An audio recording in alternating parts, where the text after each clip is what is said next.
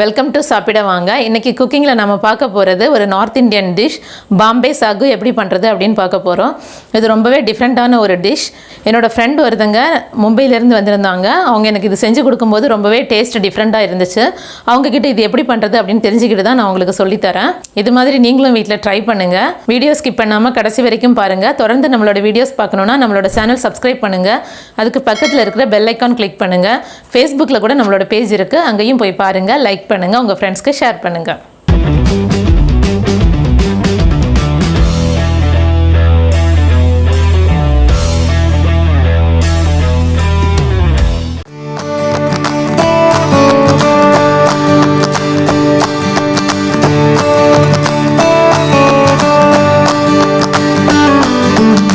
பாம்பே சாகு பண்ணுறதுக்கு ஸ்டவ்வில் ஒரு பேன் வச்சுட்டு 3 டேபிள் ஸ்பூன் அளவுக்கு எண்ணெய் ஊற்றிக்கோங்க.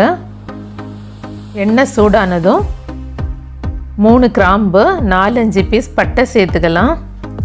பட்டை கொஞ்சம் அதிகமாகவே போட்டுக்கலாம், பட்டையோட வாசம் நமக்கு வரணும். இது கூடவே 1/2 டீஸ்பூன் சோம்பு சேர்த்துக்கலாம். சோம்பு பொரிஞ்சதும் பொடியாக கட் பண்ண ஒரு பெரிய வெங்காயம் சேர்த்துக்கலாம். வெங்காயம் கோல்டன் கலர் வரணும் அப்படின்னு அவசியம் இல்லை, அது ஒரு 50% வெந்தாவே போதும். இது கூடவே பெருசாக கட் பண்ண 2 பெரிய வெங்காயம் சேர்த்துக்கலாம். 1 நிமிஷம் மட்டும் இதை கொஞ்சம் எண்ணெயில் வதக்கி விட்டுக்கலாம். அதோட பச்சை வாசனை கொஞ்சம் போனால் போதும். இது கூடவே மீடியம் சைஸில் 4 தக்காளி, ஒரு தக்காளியை நான் 8 பீஸாக கட் பண்ணியிருக்கேன். இது மாதிரியே நீங்களும் பெருசாக கட் பண்ணி சேர்த்துக்கோங்க. எல்லாத்தையும் சேர்த்து நல்லா மிக்ஸ் பண்ணி விட்டுக்கலாம். இன்னொரு 1 நிமிஷம் நல்லா கிளறி விடுங்க. இது கூடவே 1/2 டீஸ்பூன் மஞ்சள் தூள், 1 டேபிள் ஸ்பூன் காஷ்மீரி மிளகாய் தூள் சேர்த்து நல்லா மிக்ஸ் பண்ணி விடுங்க. ஒரு 30 செகண்ட் கிளறி விட்டுட்டு உடனேயே தண்ணி சேர்த்துக்கலாம். 1/2 லிட்டர் தண்ணி சேர்த்துருக்கேன். எண்ணெயில் மிளகாய் பொடி ரொம்ப நேரம் இருந்தால் சாகு டார்க் கலர் வந்துடும். சாகு நமக்கு ரெட் கலரில் இருக்கணும். அதனால மிளகாய் பொடி சேர்த்து கிளறி விட்டதுமே நீங்கள் உடனே தண்ணி சேர்த்துருங்க. கொதிக்க ஆரம்பிக்கட்டும். சாகு இப்போ கொதிக்க ஆரம்பிச்சிருச்சு. ஸ்டவ் சிம்மில் வச்சுட்டு ஒரு 8லேருந்து 10 நிமிஷம் வரைக்கும் மூடி வச்சு நல்லா வேக விட்டுறலாம். 8 நிமிஷம் ஆயிடுச்சு. இப்போ ஓப்பன் பண்ணி பார்க்கலாம். கூடவே 1/2 டேபிள் ஸ்பூன் உப்பு சேர்த்துக்கலாம். உங்கள் தேவைக்கு ஏற்ற மாதிரி டேஸ்ட் பார்த்துட்டு எக்ஸ்ட்ரா உப்பு தேவைன்னா சேர்த்துக்கோங்க. கூடவே 1/2 டீஸ்பூன் சுகர் சேர்த்துருக்கேன். சுகர் ஆப்ஷனல், உங்களுக்கு வேணும்னா சேர்த்துக்கலாம், இல்லைன்னா ஸ்கிப் பண்ணிக்கலாம். லைட்டாக ஒரு ஸ்வீட்னஸ் இருக்கும், ஸோ நான் சேர்த்துக்கிறேன். சாகு தண்ணியாக தான் இருக்கும்.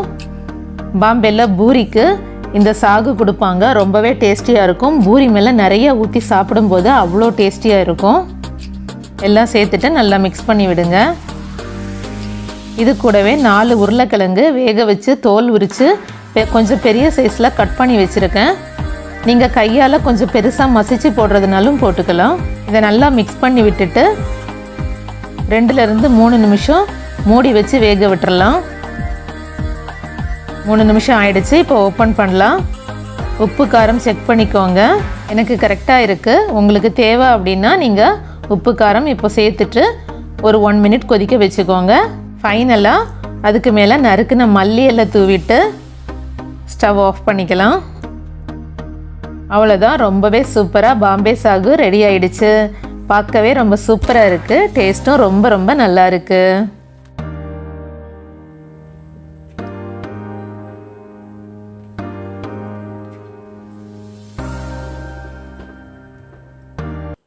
இது மாதிரி நீங்களும் வீட்டில் ட்ரை பண்ணுங்கள். எப்படி இருக்குன்னு கமெண்ட் பாக்ஸில் சொல்லுங்கள். இந்த டிஷ் பிடிச்சிருந்தால் லைக் பண்ணுங்கள், உங்கள் ஃப்ரெண்ட்ஸ்க்கு ஷேர் பண்ணுங்கள். டேஸ்டியாக சாப்பிடுங்க, ஹெல்த்தியாக இருங்க. Thank you so much.